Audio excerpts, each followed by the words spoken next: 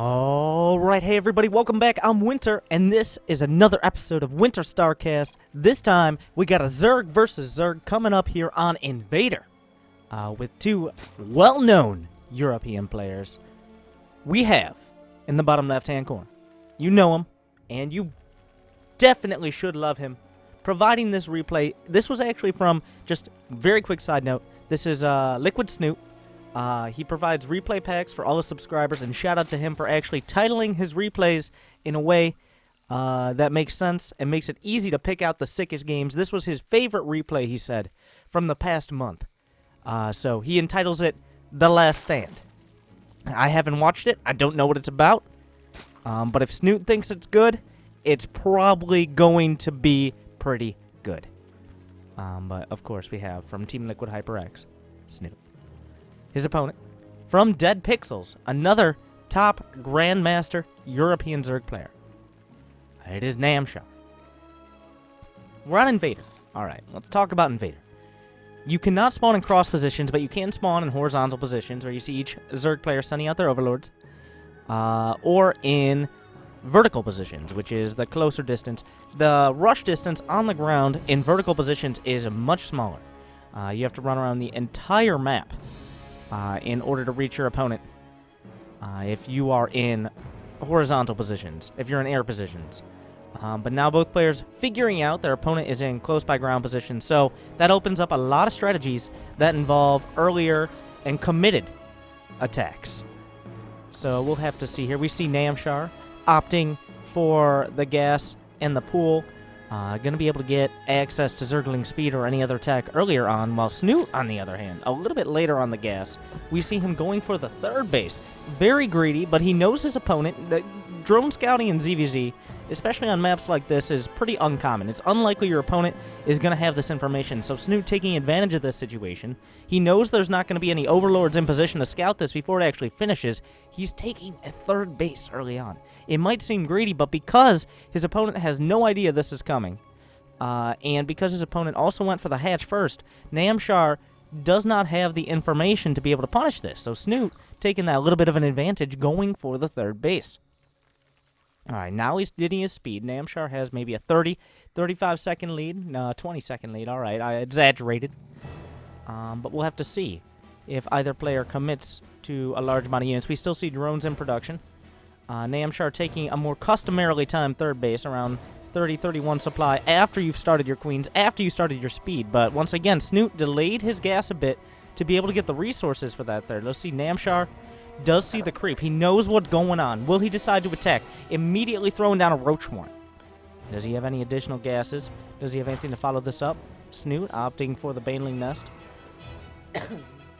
Very important to note, there is no Baneling Nest for Namshar right now.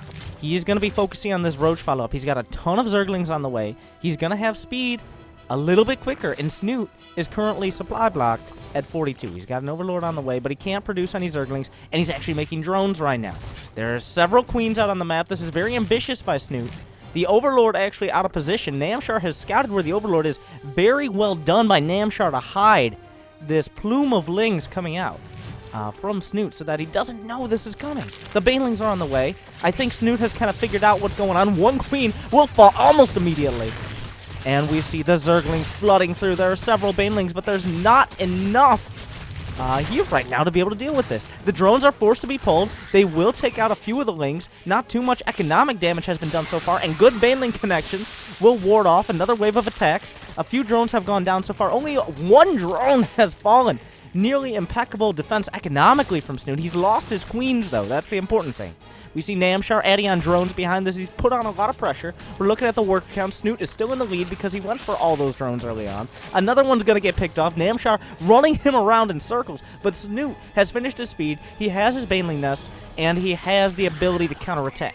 He knows that Namshar has gone for a third base, and it's just a hop, skip, and a short jump for these Zerglings to be able to attack this third base. We see Roaches on the way, 8 in the production tab. Snoot is droning behind. He knows he has map control. He knows he has bought himself the space to make a few more drones and work on that economy. But now he's started his Roach Horn, realizing he doesn't quite have the tech he needs yet. That Baneling in range to be able to help take out this hatchery, and the Zerglings will immediately retreat. Will the Roaches of Namshar attack? because Snoot still has a decent chunk of speedlings. He might be able to force his opponent back with a counterattack, but there is no speed. Snoot is going to have to defend with just Zerglings and Banelings and pretty much drones. He doesn't have a Spine Crawler. He doesn't have any other form of defense. This is what happens in these positions on Invader. The attack and counterattack is so quick that you have to almost preemptively respond to what your opponent could be doing. And we see here both players losing their third bases, more than likely because they just cannot produce units quickly enough in order to respond to the attack their opponent has. But Snoot going for the backstab. Once again, going to go for that third base. We see third bases dying left and right. More third bases dropping the Republican presidential candidates recently. And we see Snoot with this counterattack. The supplies are even with Snoot starting to produce roaches on the backside. And a lot more Zerglings going down. And Snoot finally feeling he has the opening to go for the lair and the Evo chamber. Namshar is forced to retreat. The worker count 36 to 25. And we see him doing a pretty great job of continuing this economic damage. Namshar losing almost every single drone here. A lot of drones. 12 drones, 13, 14, 15 going down so far. And now 17 to 36. There's going to be one big attack out of Namshar. Despite the fact he's lost all these workers, his supply is still very high. The army supply, 64 to 46. 20 supply lead right now for Namshar. So Snoot, the supplies are even. He's making a ton of speedlings. All Snoot must do is hold. This is the last stand. If he holds, he wins. Pretty simple. There's a lair on the way. That's not going to affect anything. There's a single Ravager, but the concave for Snoot is so good. Namshar needs to go sooner rather than later here. Very obvious. We see the Zerglings maybe going to be able to buffer enough damage, but will Namshar be able to break through? This is not a great position for him. He's got a couple Ravagers, though. The Corrosive Bile will land. The Zerglings are in front, tanking a ton of the damage, really messing with the AI of the Roaches of Snoot. The drones will be pulled. The boys are off the line, and Namshar is actually starting to break through. All of the drones have come off. Remember, Namshar has barely any economy to follow this up. He has to finish the game right here and right now, and it looks like he might just barely be breaking through. Snoot actually down in supply. And we see Namshar still going forward. We got more Roaches in the production tab. Drones for Namshar on the other side. He knows Snoot's economy is down to 17, and Snoot actually will be forced to tap out. And credit to Snoot for actually putting a replay in his replay pack where he lost. I did not expect that. But Namshar, with that all-out counterattack, will be able to take home the victory.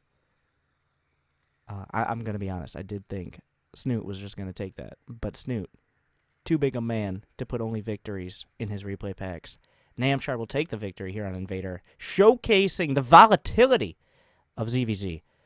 And just getting that Roach one a bit earlier kind of gave him the initiative to be able to break through and eventually force Snoot's hand. And it eventually ended up in a victory here.